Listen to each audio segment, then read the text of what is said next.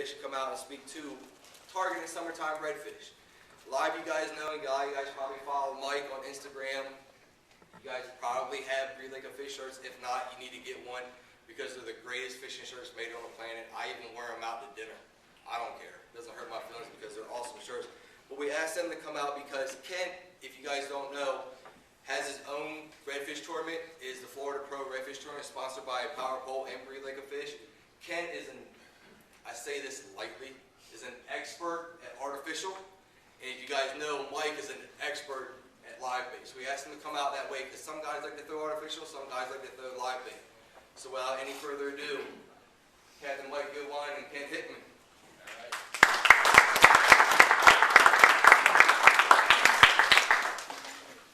Be easy on Mike. This is his first speaking engagement, so don't try to sit there and bombard him too much. This is cool. We got another black guy in the house. So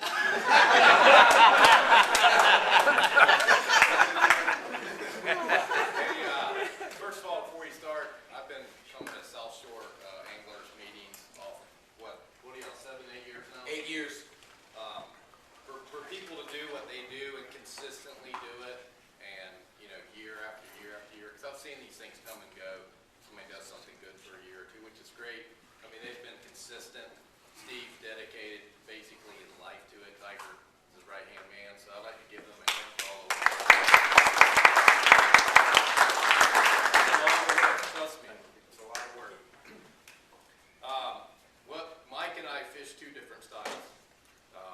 Pretty much what I'm going to tell you is the opposite of what Mike's going to tell you, but it's for a reason, because we do it two different ways. We look for fish in different situations.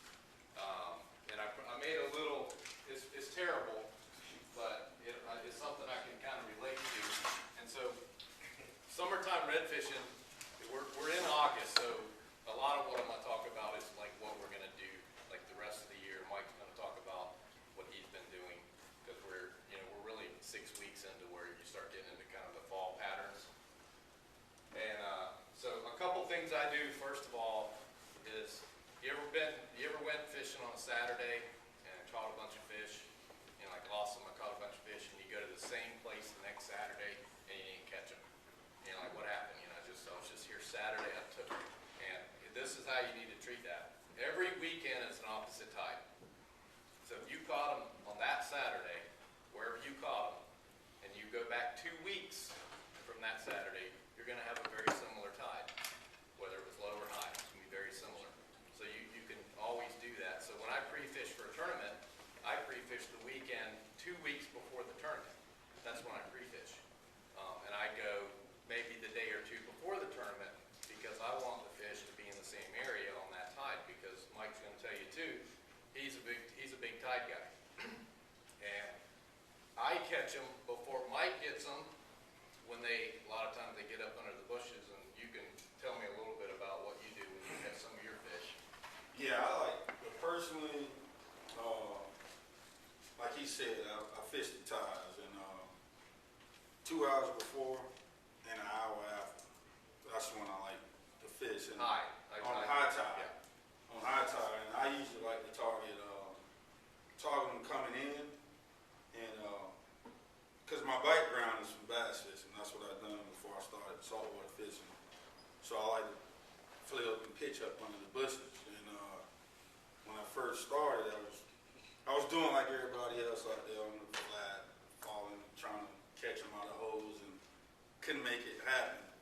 And then on the high tide one day, I went in there and flipped under the bush and caught a redfish, and caught another redfish, and caught another redfish. So I like to plan about 2 hours or 3 hours. It depends on how high the tide gonna get it. Like right now, we getting 2.5s, so you go 3 hours before you go start fishing. Just say if it's a 2.5 at 3 o'clock, just at cockroach, I won't show up to the boat ramp until 12 o'clock.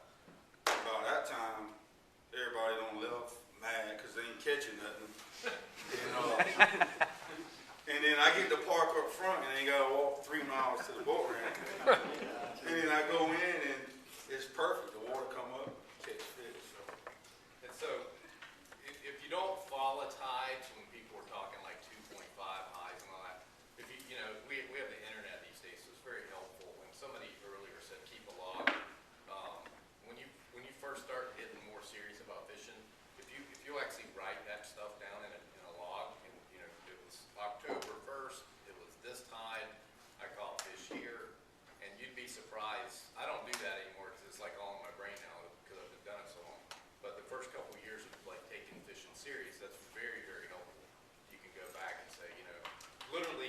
the same bush on the same tide in October next year, and the fish are probably going to be there. Yeah, and speaking on that, like he said, keeping notes. I use my social media, Instagram and Facebook, and before I go fishing, I go look like the following year on that day and see what I've done, because it's there. The pictures are there, and I remember where I was, and so I go back to that to let me see. Automatic log. Yeah.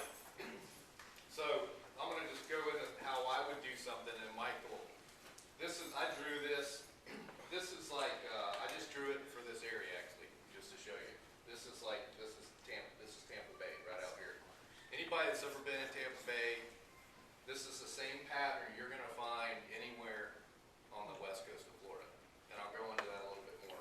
When you're going down, when you're heading south toward the Skyway on a low tide, how many people have seen the sandbar sticking out of the water? I mean, and you keep going, and you're going to see it in Sarasota, and you're going to see it in Venice, you're going to see it in Charlotte Harbor, and you're going to see it all the way down the coast.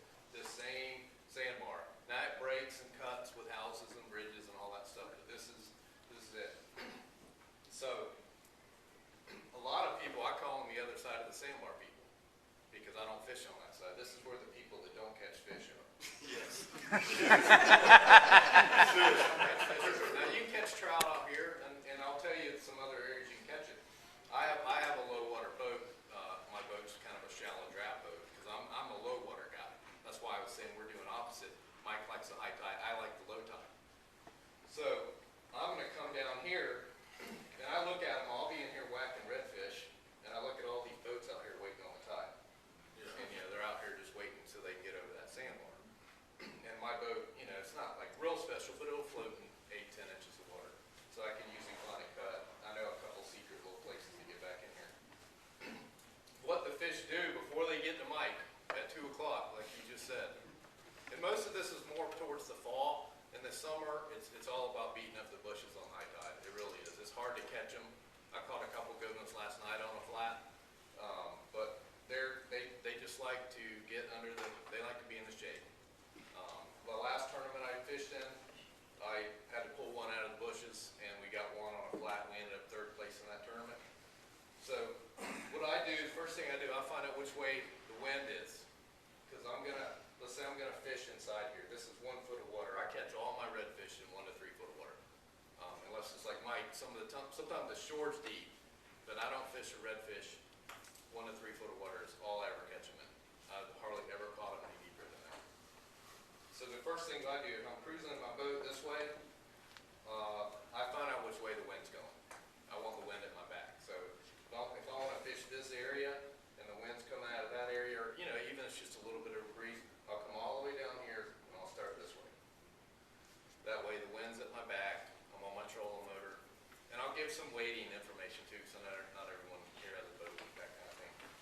So typically, perfect scenario would be at the sun at my back and the wind at my back. So I'm going to come in here, and what happens on a low tide, the fish hadn't come in here I don't want to point too much, because Mike's going to get mad at me, but fish ain't come back here yet, okay? This is some deep shorelines, this is some deep, they're all over the place. You can learn a lot about fishing on low tides. You've been out here on negative tide, and literally the sandbar's just completely out of the water, and a lot of people won't even go out on that day. Those are the days I go out on. What forms is ponds. My buddy calls them ponds, I call them depressions. So inside these sandbars,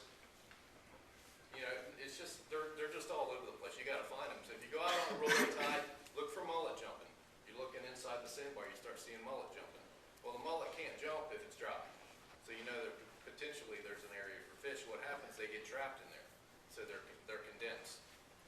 So I have an area that, and I know them pretty well because I've been fishing, so I have an area that has,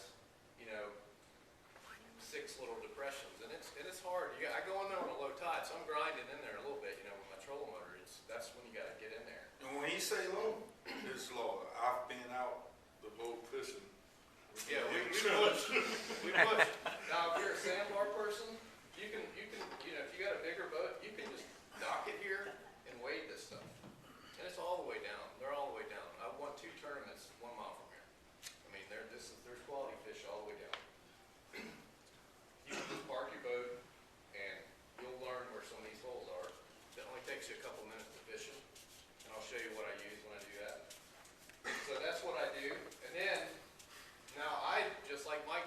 like he said, I only fish this the hour before load and the hour after, because then the fish cruise and they go where Mike's fish are. Yeah. So some of them are over here, they occasionally wait here. They don't like this side because that's where the sharks and the porpoises are. You know, they don't want to be over here. This is where they get in trouble. So they do get out here. I'm not saying they don't get out here, but they like to fall in these depressions, which might only be this much water, but everywhere else is dry. You know, so if you can find these, they're full of flounder. From September to December, they're full of trout, flounder, and redfish. They're really, really good holes, and they're literally from here to the end of Florida. I mean, this is a pattern that you can go anywhere and fish. So I'm going to hit these holes right around the low tide, and what I throw, mainly when I'm pothole fishing. And some people don't know what a jig head is, so I brought one. A jig head is that, just in case you didn't know. This is like an 1/8 ounce, and you put a salt plastic on it. And there's a million salt plastics. If they're in there, they're going to eat just about anything you throw. I personally like twisty tails.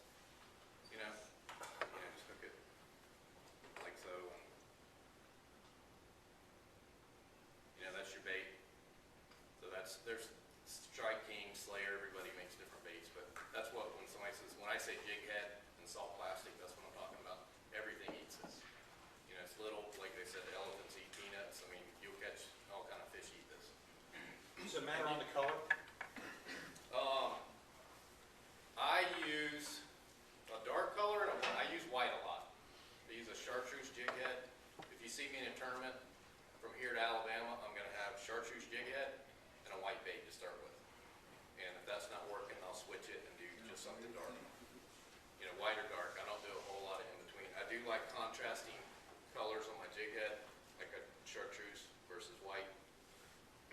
So I'm going to pop these holes, and as the tide goes in, this is when Mike's coming to the ramp, because he's going to clean me up, because all these fish that I've been working hard for, they're all going to conjugate somewhere, and he knows where some of those places are right now. And so you can probably find something on my drawing here that looks like where you're fishing.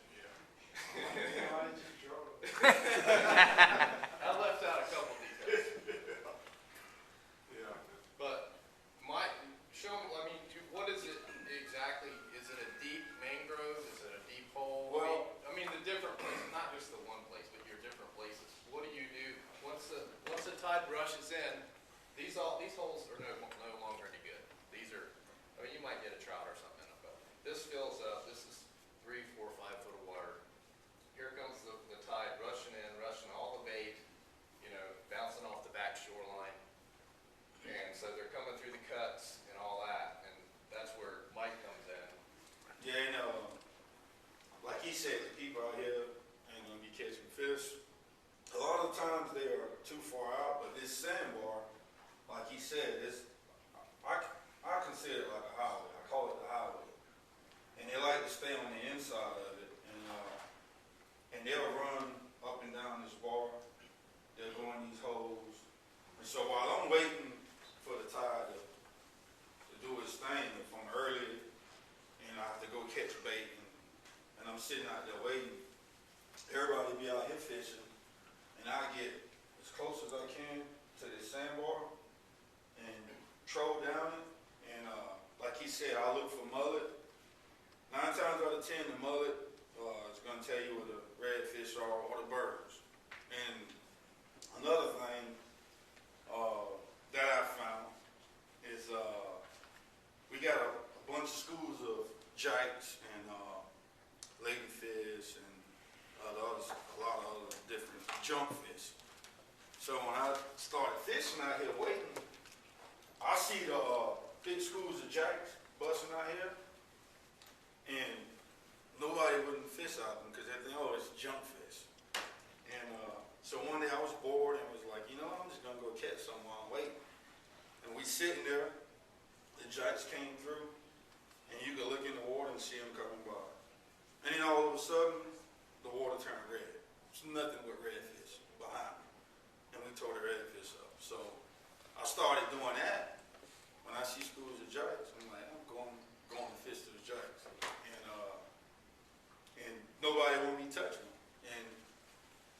last year, and they followed wherever I seen jikes. The redfish was following because the jikes was just going like a frenzy, feeding on stuff, and whatever they leave behind, the redfish was coming behind them, eating them. And the only thing that's bad about that, if you got 2 or 3 people in the boat, and that school come through, somebody gonna catch a jike, and it's like, oh, I got a jike. And here's to add that, a friend of mine, Cody Chavez, anybody that watches TV, he's a young guy, he's a good tournament angler. He won a tournament, same scenario. He was fishing a school of jacks. He was throwing a gold spoon. He said the jacks were kind of laying off his gold spoon, but the redfish were eating it.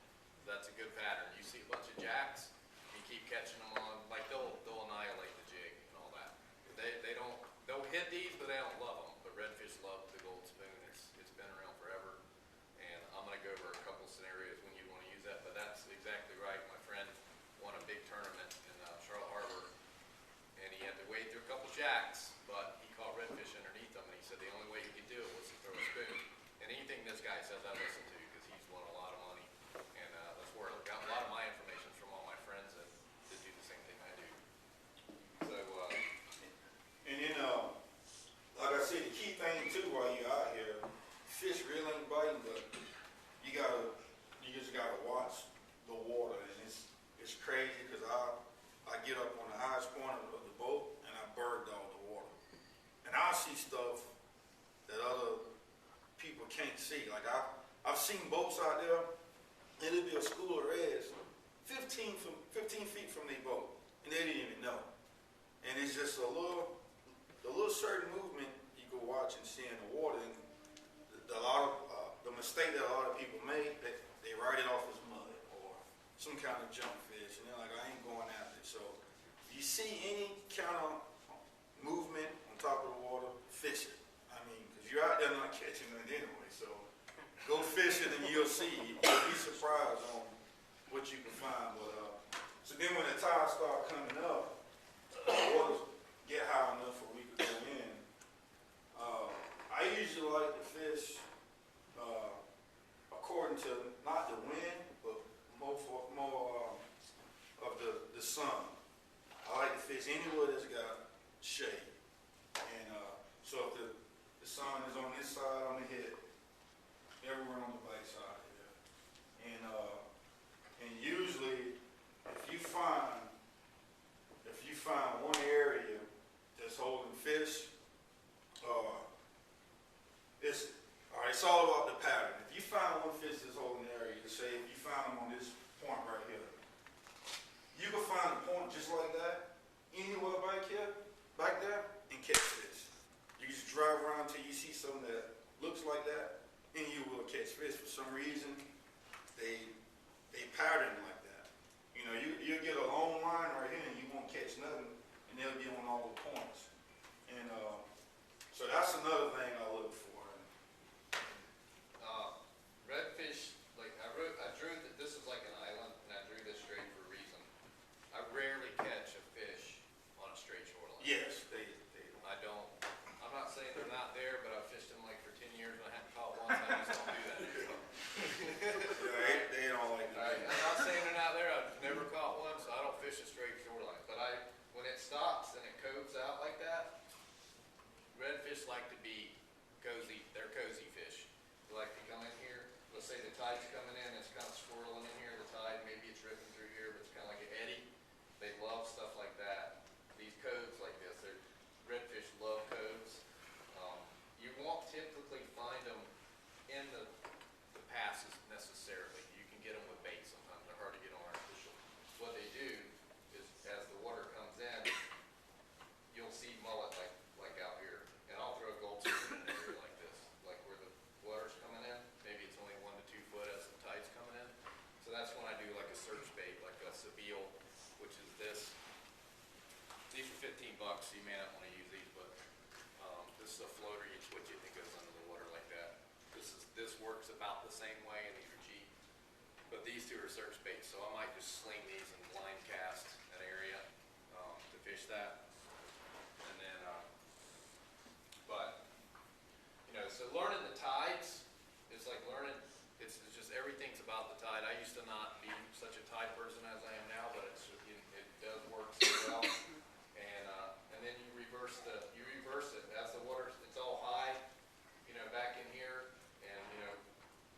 bushes. If you can go in a place on a low tide, and you're in there, like this winter, new moon and full moon, that's your super negatives, and they're in the morning. That's when they start. Go out in your boat when it's one of those low days. Don't run aground or whatever, but look, and if you got a kayak or any of that kind of stuff, you can get around. But go out and look. Just start driving down the thing here and look, and you'll see these little ponds form different places, and there's fish in them. I mean, I caught a bunch of flounder last October. I was, showing off on Facebook and all that. I'm like, hey, where's your flounder hole? I said, my flounder hole is a 2-mile spot. It's got a bunch of potholes in it, and I'm just bouncing and jigging it. We're catching like 22 inch, good ones, big West Coast flounder.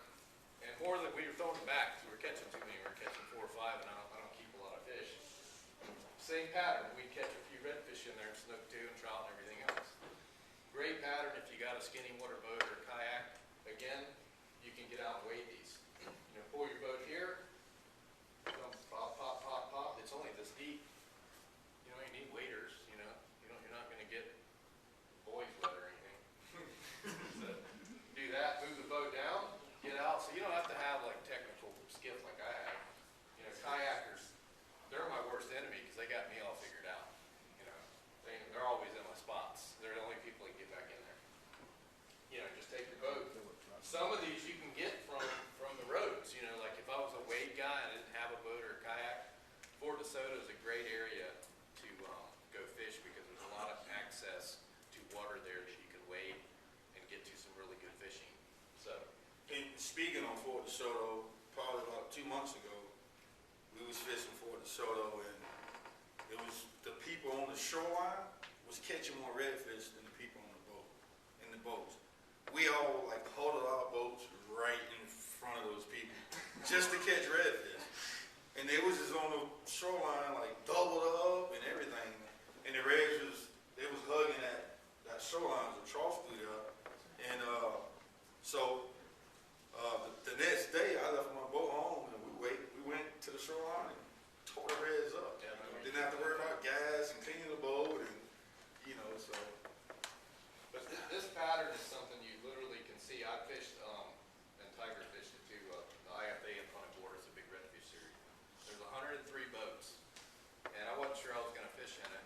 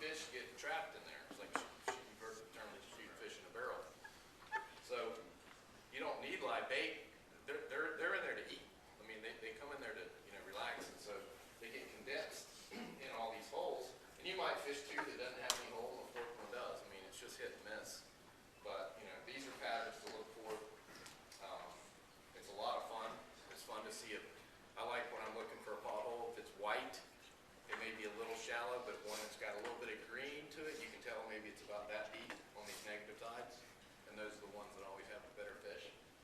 And they're fun. It's almost like sight fishing. You don't really see the fish. You can just throw one of these jigs in there, hit the edges. Redfish love edges. If this is a deep edge, I'm going to fish this edge. I'm going to fish the edge of the holes. I'm not just going to throw in the middle. I'm going to pick it apart on the edges. And then you might throw one in the middle at the end. But redfish love edges. And so that's just stuff to look for. And then when the tide get high enough for me to go in there, because I'm using live bait. When I go catch my bait, anybody ever know he's fish with me, Tony.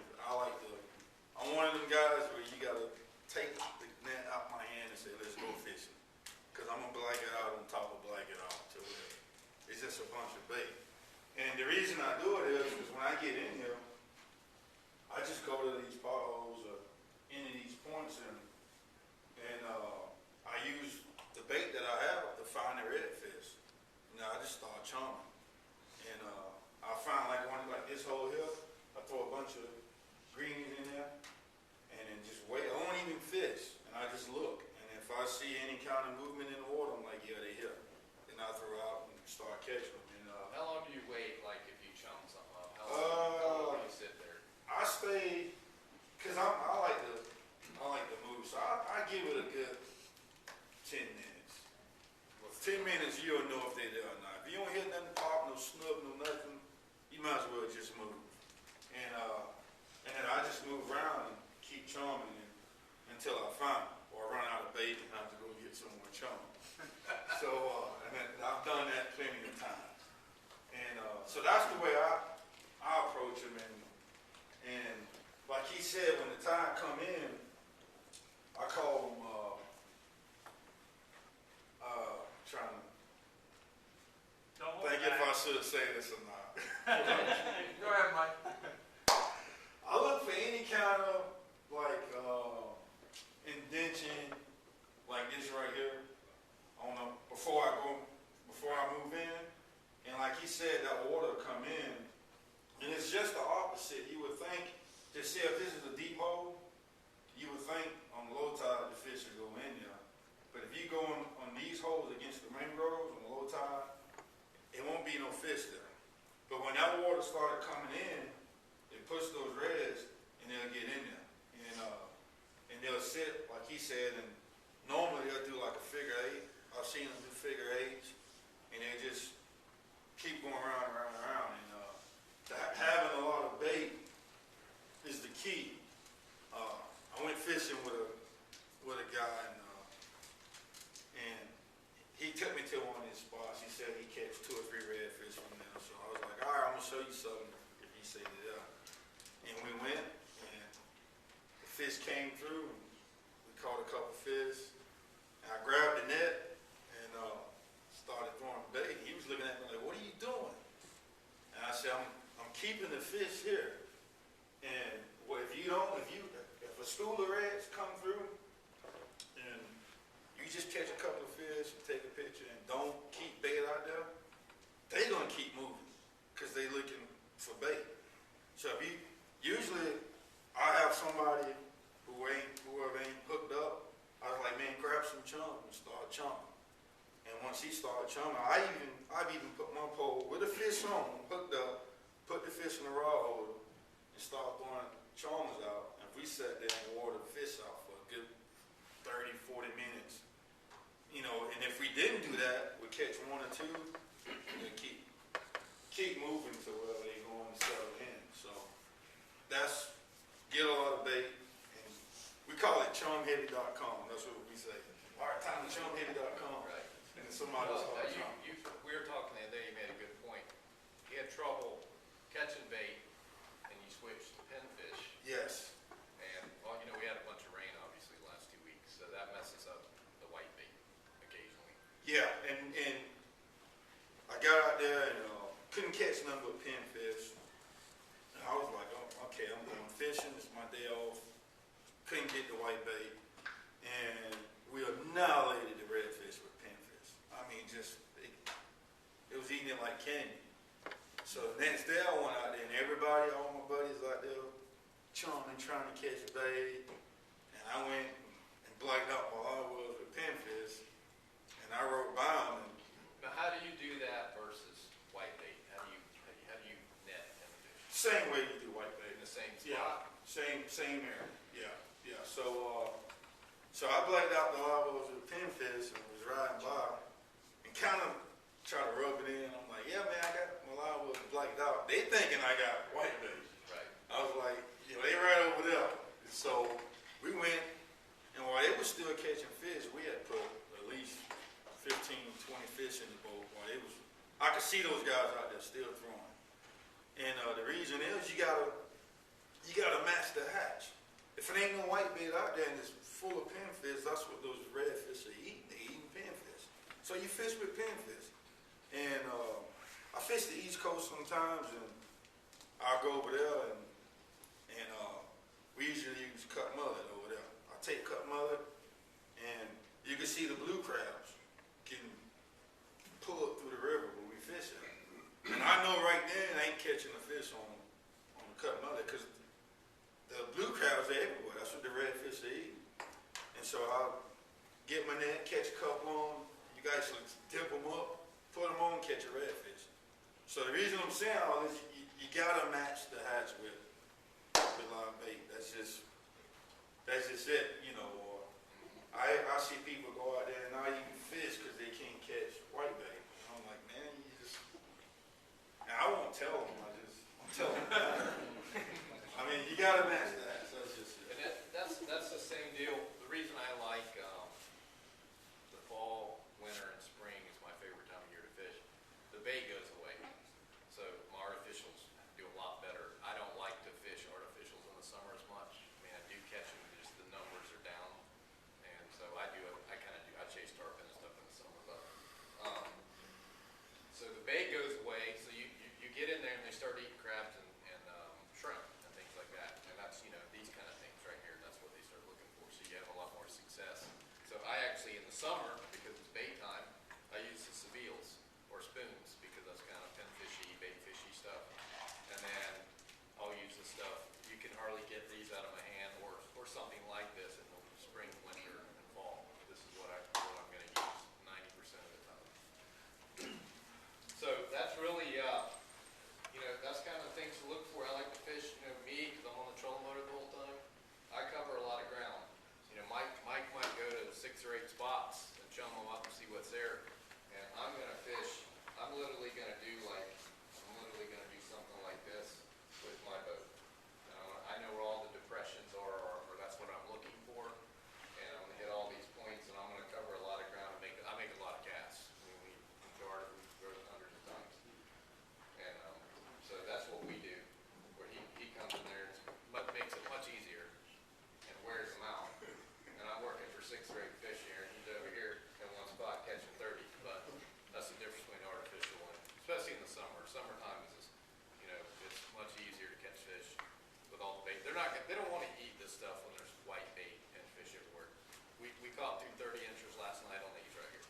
Yeah. But we worked our butts off for it. And speaking of, he said, I catch 30 fish for one spot.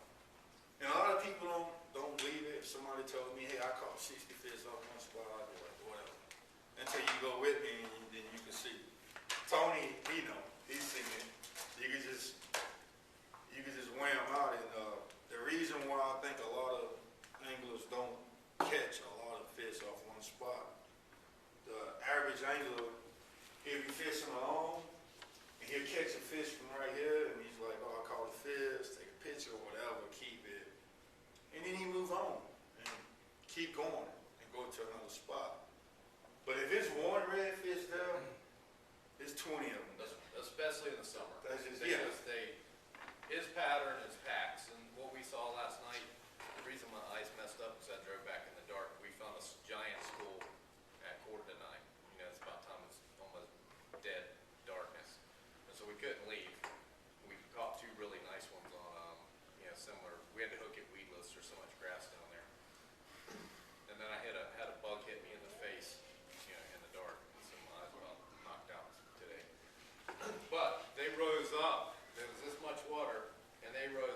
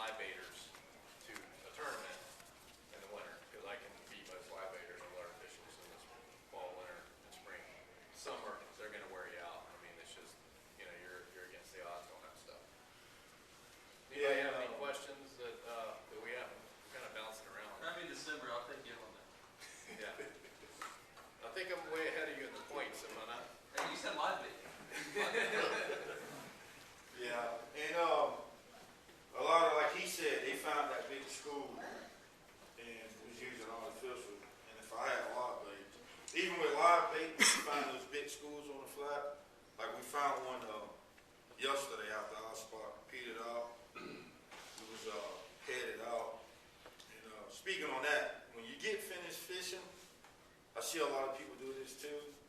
They throw all their bait out like we done, and then they heading in. If you're a lot of bait fishing, don't throw your bait out until you get your boat on the trailer.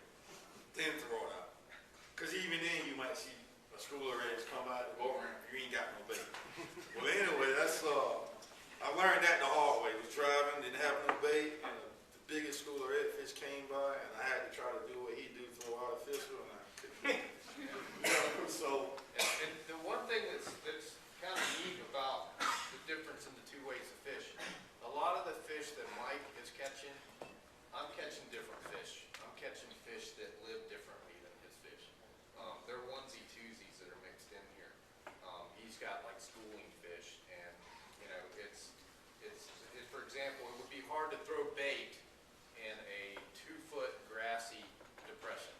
Because how are you going to do that? Put it on a bobber and have it under the bait? You know, I mean, how are you going to fish bait in this much grass and this much water ahead of it? If you throw it, it's just going to go down in the grass. You know, you can put it on a bobber, which is probably your only way to do it. You know, they're going to swim down in the grass, and that can make it hard to catch them. So that's those areas I stay away. Like if I was going to fish an artificial tournament, which is that's the ones we fish in. And Mike, I know where Mike's catching his fish. I know where he's catching them. I would not go there. yeah, I'm catching them right here. I literally sometimes he caught 30 or 400 fish in the last week in this one area. I would not go there. If there was a tournament tomorrow, I would not go to that spot. I know that sounds crazy, but I would not go there. It's just a different kind of animal. They think differently, and I might dead stick a gulp or something maybe and get them to eat, but I'm gonna try to catch them in transition. I'm not gonna catch them where he's catching them. I'm gonna try to catch them as they're moving in or out here on this side of the sandbar. I'm gonna try to catch maybe the same fish, but just not in his spot.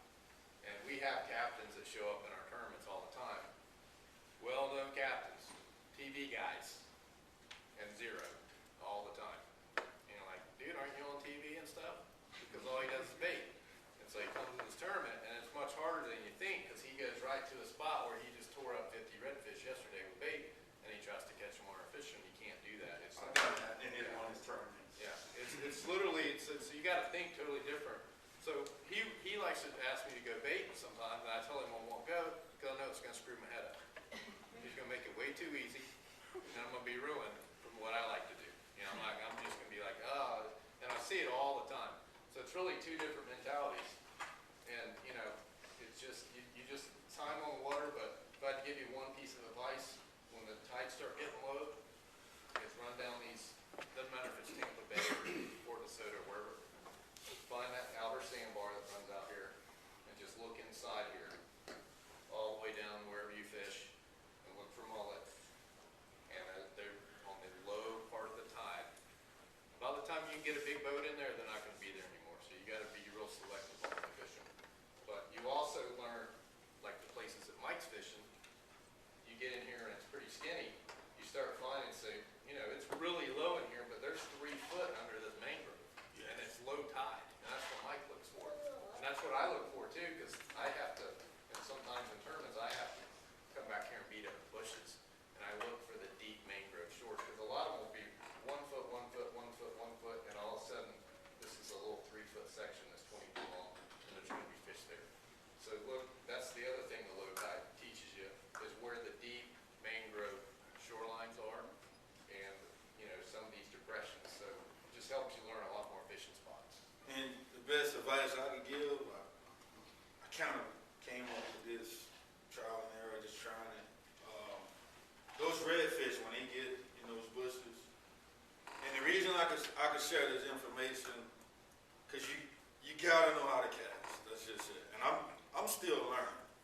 And while I'm learning, I don't know if any of y'all know, when you trying to pitch inside the mangroves, you pop the lines. I call it a mangrove meltdown, where I just get it, where I'm just breaking stuff. And I see people that fish the mangroves, and they'll be throwing and letting it land way on the outside. They scared to get near the bushes, and You ain't gonna catch no fish unless you hang it up. That's part of it. You know, What is your typical tackle, like braid? What size braid? You use braid, right? Yeah, 20-pound braid and 25-leader. I do line a line. I don't use popping corks because it's hard to get a popping cork up on the bushes and I use a one-aught circle hook. Yes, I use circle hook. Make fun of me, but I use circle hooks because it's just so easy to just grab it to just start reeling. Yeah. And I fish with a lot of people that can't set the hook, so I'm just adjusted with fishing circle hooks. And if I wanted to set the hook, I'd go bass fish. I've done that all my life.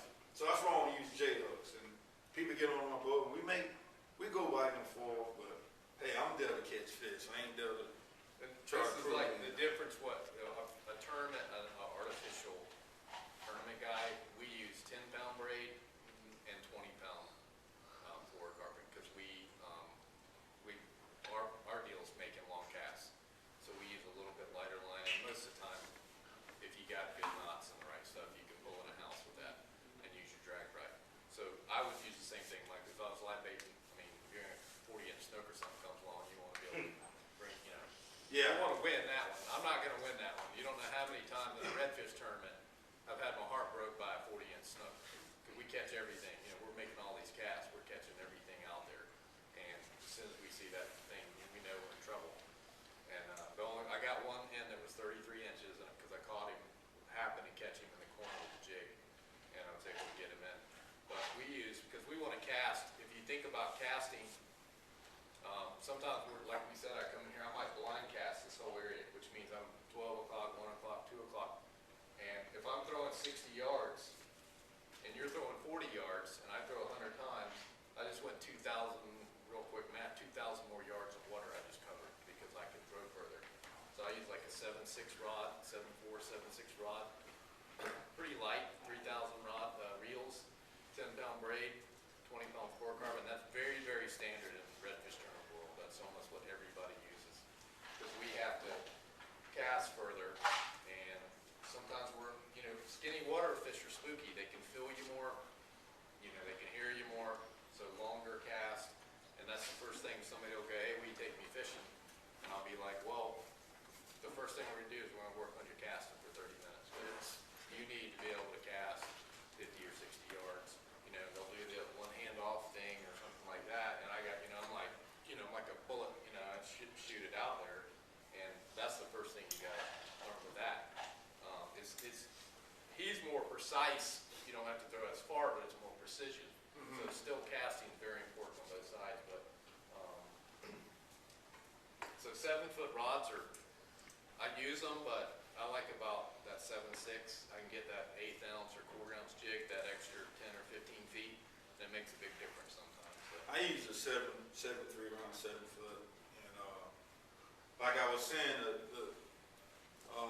when you fish in the bushes or whatever, those redfish, you can have 30 redfish on one bush, and they're gonna have a spot 6 inches on what they're gonna eat. You gotta get it on that spot. And he could tell you, John could tell you, I took him a couple of weeks ago, and you could throw it in there, and I throw up, and I let the tide drift it right into where it's gonna hit the spot where it's gonna get, and I could pretty much time them out, like, okay, it's gonna get big. Are you nose hooking white bait? So I hook him in the belly, in the nose, just wherever. Sometimes I hook him in the nose, cut the tail on him, especially when I'm using green lights.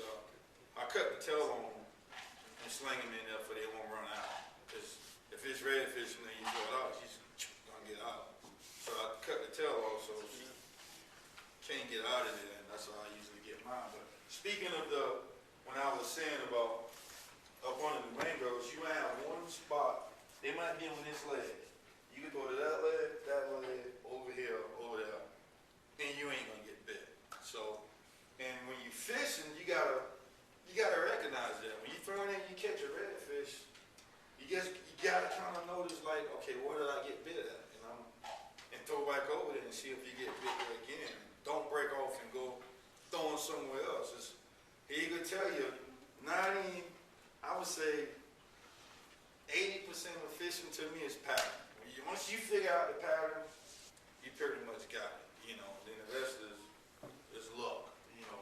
Yeah, and that's why I wanted to come in here and show you this, because this is, you know, people when you first start fishing, like, hey, give me your spot. Now, spots are seasonal. Like where Mike's catching his fish, they're probably going to be out of there in about, I think, 2 or 3 more weeks. Sorry to tell you.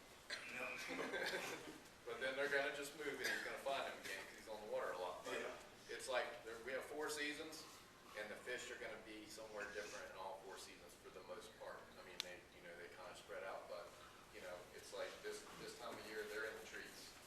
They're in the trees. When it starts cooling off, there's going to be a lot of fish out here inside the sandbar. A lot of fish. And they'll school up. That's when you're gonna find the big schools out there. And, but right now, like he said, They want the shade. they want the shade and the high water. And I heard Tiger tell you all that Jeff Page and Rick Murphy, when are they coming? The first Thursday next September. The next one. Yeah, I would come to see that. I fish against Jeff and Rick. Y'all may know who they are. Rick Murphy's TV guy, and very good. They've won some big tournaments. Awesome anglers. They're not going to be this precise. I can trust you on that. But they're going to give you some really good information. And anyone that comes in here, CA's been in here, right? Yep. CA Richardson and Mike Anderson and all these guys. If you can take something from everybody, I've learned something from my 10-year-old daughter, you know, before when I'm fishing with her. She's wearing me out on trout. I'm like, what's she doing different? You know, I mean, I pay attention to everybody. So if you listen to, you know, CA, if you take all these seminars are great. And CA is an awesome speaker. Rick and Jeff Page are tournament winners. I mean, they just won the IFA championship. They won, you know, 40 grand. So those guys are legit. And so you get, you know, I'm beating both of them in points right now, just so y'all know. they're better than me. I'm just beating them right now. And then like he's saying, you gotta, that's back to the pattern. I've been fishing with people who can't even spell fish. And they'll be out fishing me, and I just start watching what they're doing and grab it. And like, okay, that's working. You know, it's unorthodox, but it's working. Yeah. You know, and then, you know, I make it happen. But one of the things I found out, and if you fish on my boat, I usually tell you this after I catch 5 or 6 fish, and get ahead of you, then I'll be like, hey man, just try this. And this is one of the things I figured out that 99.9% of anglers do. Like, just see if they cast it in, and this is the spot where they got to hit it. And they cast it in, the bait land anywhere near in strike zone. And the first thing 99% of anglers do, they cast in the bait hit, and they'll do this.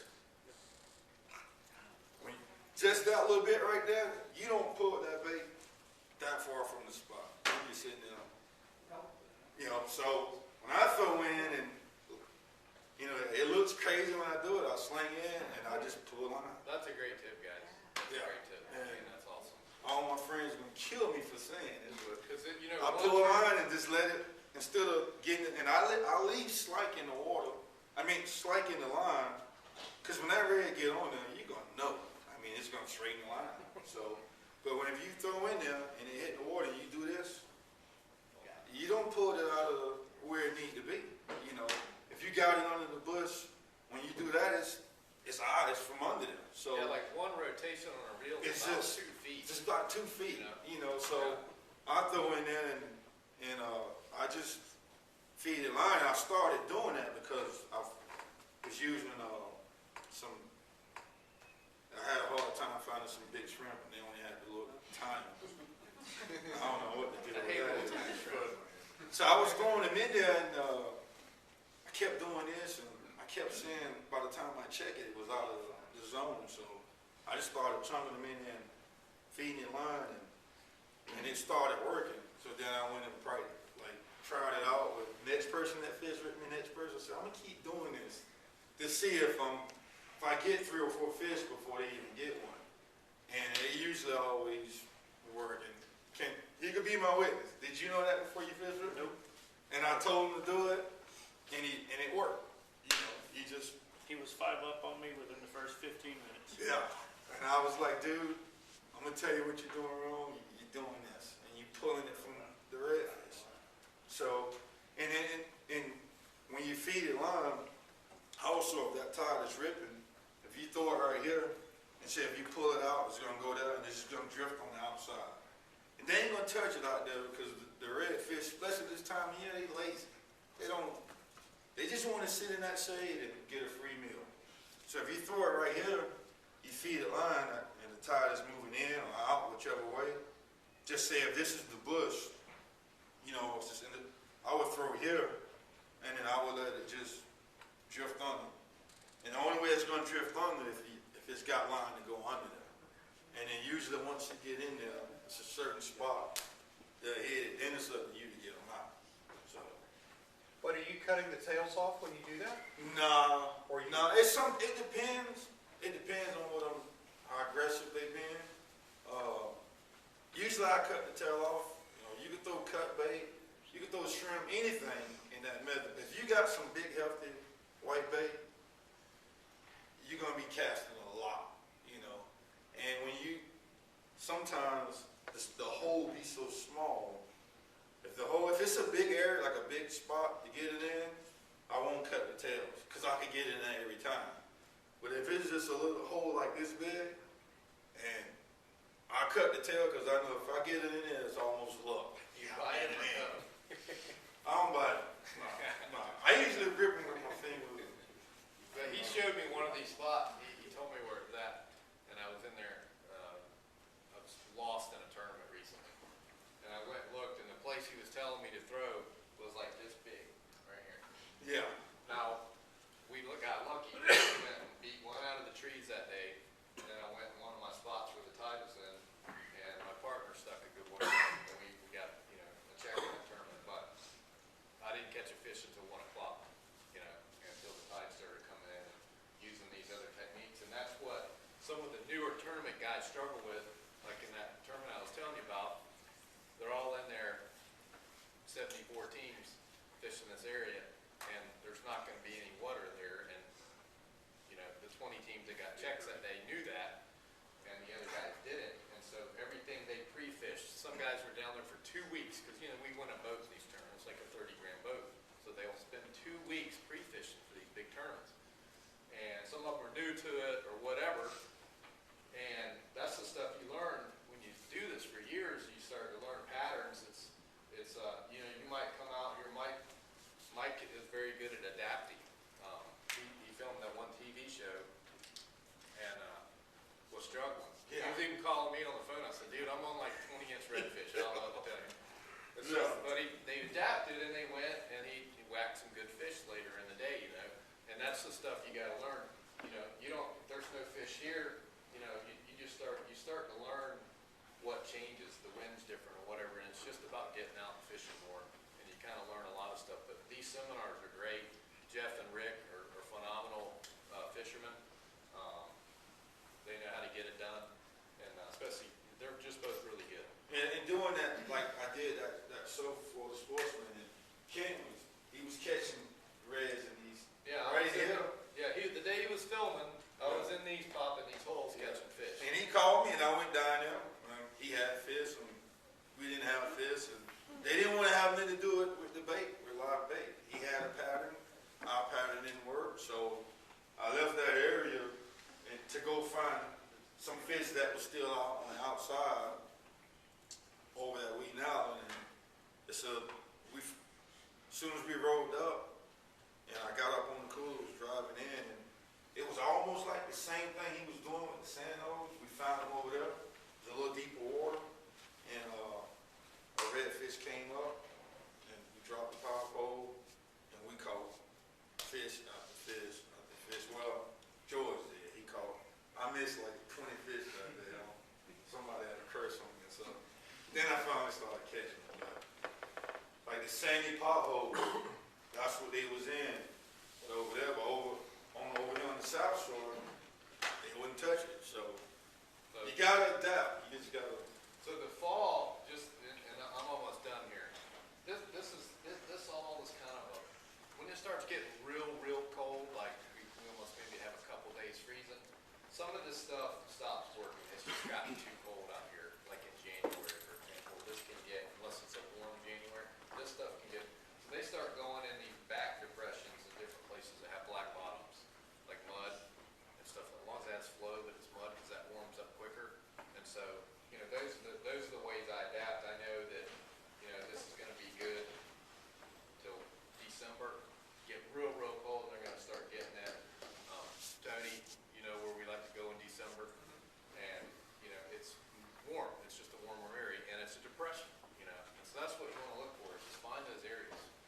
the edges.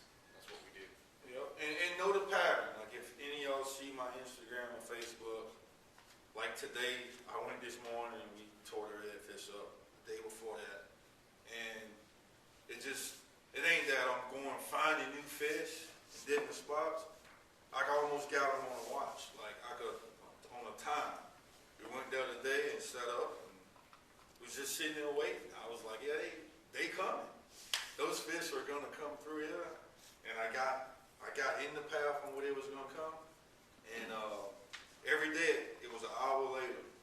When he came. The tide is an hour later. Yeah, because the tide is an hour later. So we sitting there and the people looking at me like I'm crazy, like, man, ain't no fish there. Then all of a sudden, all 3 poles went off. Yeah.